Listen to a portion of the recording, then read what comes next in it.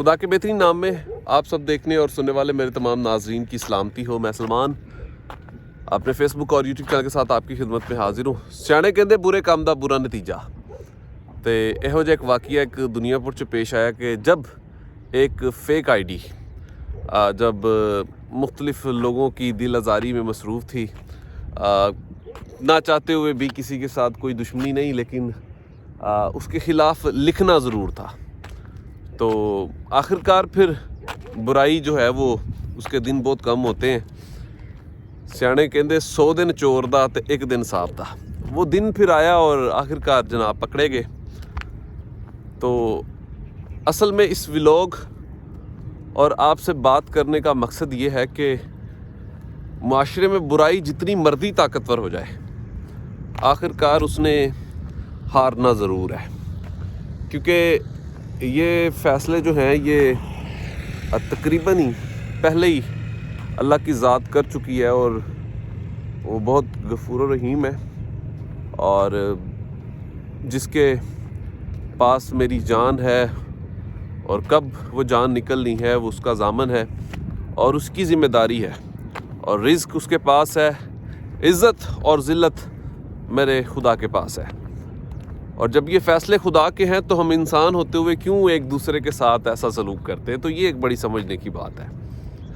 इख्तलाफात सबके होते हैं, मेरे भी हैं, हज़ारों लाखों करोड़ों लोगों के हैं, लेकिन इस हद तक गिरना कि आप किसी की ज़ात को पसंद नहीं करते, उसकी फैमिली को या किसी को, यहाँ तक दुश्मनी कभी नहीं होनी चाहिए। और वैसे भी बताने का मकसद ये है कि जो बुराई है ना, इसका वक्त बहुत कम है, और कम वक्त का मतलब ये है कि बुराई किसी काबिल नहीं है।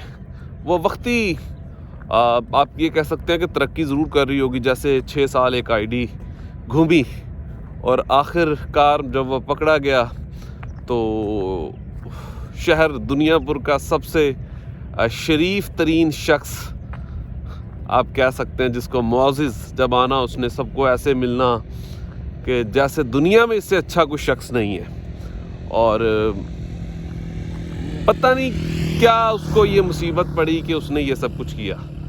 लेकिन आप सबको बताने का मकसद ये है कि मुश्किलातें सब पर आती हैं, और अच्छाई और बुराई को आप ज़रूर उसका वज़न तोलें।